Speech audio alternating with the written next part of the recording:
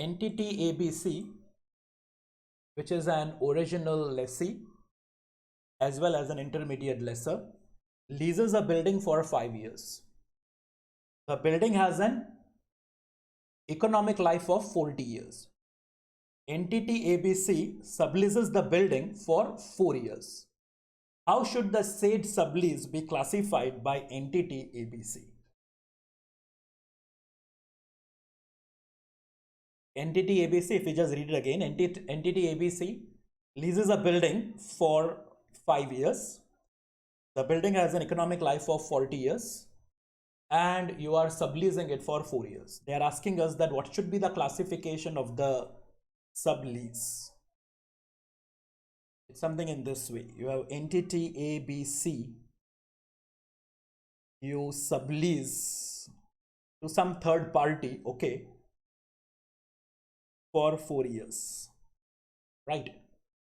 So you are a lessor, intermediate lessor, but then you are also a lessee. If you are a lessee, you have an ROU asset, and there must be some party over here also, which is the lessor with whom you have entered into a lease, and this lease is for a building, and this building is for useful life of 40 years, and this ROU asset is for 5 years.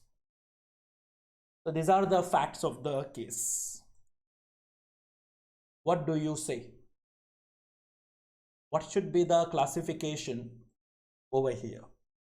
Right, as a lessor, you have to decide whether it's a finance lease or an operating lease. What do you say? Your sublease is for 4 years. I have 40 years here and I have 5 years over here. What should I compare? Should I compare 4 years with 5 years? Or should I compare 4 years with 40 years? What do you say? Will the underlying asset decide the classification, or will the ROU asset decide the classification? ROU asset, isn't it?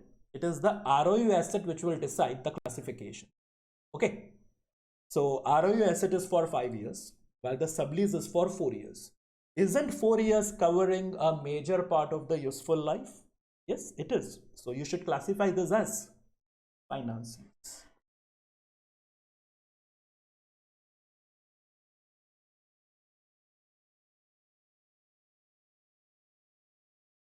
Sublease is classified with respect to ROU asset in the head lease.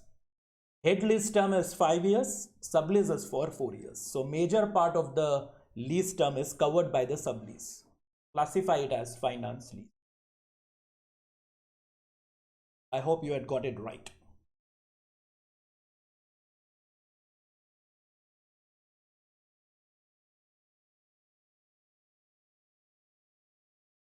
First, there is information for head lease. An intermediate lessor enters into a 5-year lease for 10,000 square meters. Remember, 5 years with entity XYZ. Sublease.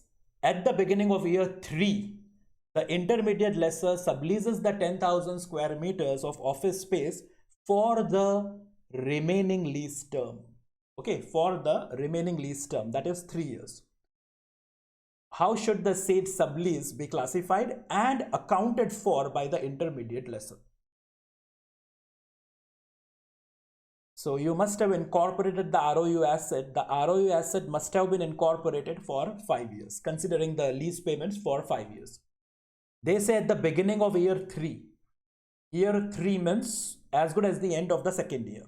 So 2 years I am deducting. So 3 years are left. 3 years are left. Okay. This is in the main lease, or we can say the head lease. They are saying that the sublease is for the remaining lease term. Okay. So sublease is for remaining 3 years. Can we say that the lease term for the sublease is covering the entire, entire lease term of the ROU asset? I believe it's very simple. 3 years are left and the lease term is also for 3 years. Tell me, what will be the classification? They are saying, how shall the sublease be classified? Classified as finance lease. And then they're asking us that how should it be accounted for? Okay, if it's a finance lease, then how will it be accounted for? You have to de-recognize the ROU asset. You have to recognize the net investment in lease. Difference between the two, that will be your gain or loss, which you will recognize in the P&L. And your lease liability does not get disturbed. So lease liability will continue. Here it is, something that we had discussed. If it gets classified as a finance lease, de-recognize the ROU asset, recognize the net investment, difference in P&L, original lease liability continues. It's a bit of a theoretical question. These 4 points are required to be written as far as the accounting is considered. They have not given us any figures, so we will not be able to answer in figures. So it will become a descriptive answer.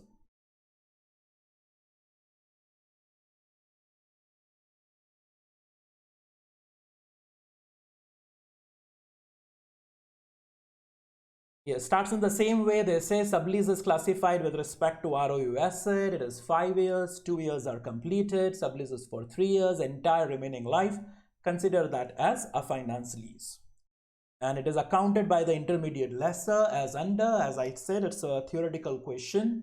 You will de-recognize the ROU asset, recognize net investment, difference is P&L, original lease liability continues.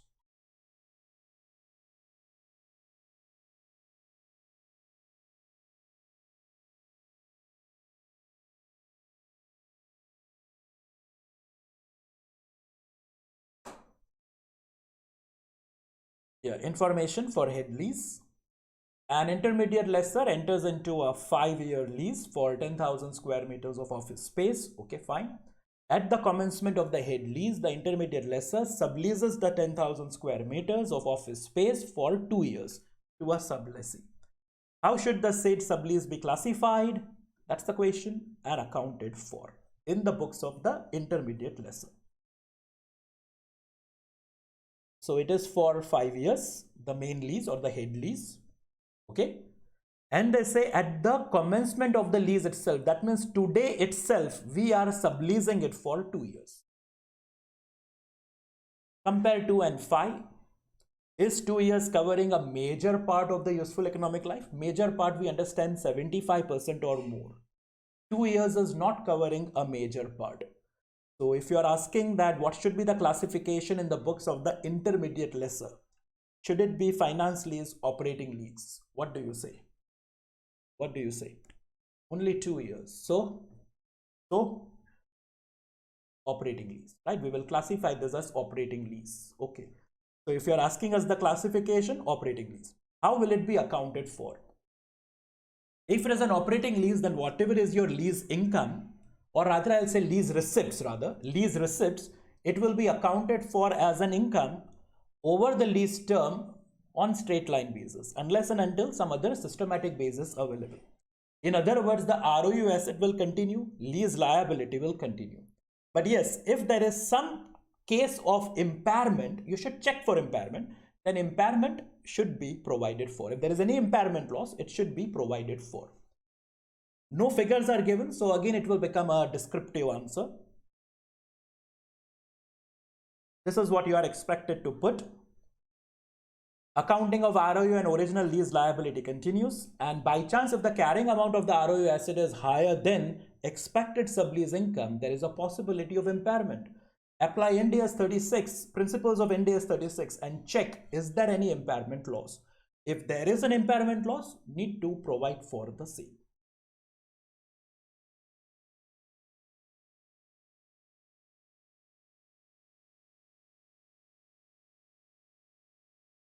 So again, they are saying that sublease is still classified reference to the ROU asset, 5 years, 2 years, not covering the major part, does not cover, right? So operating lease.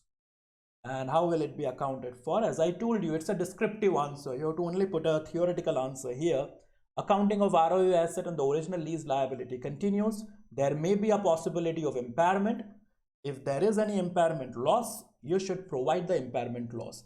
But then the Ind AS that will govern the impairment loss will be Ind AS 36.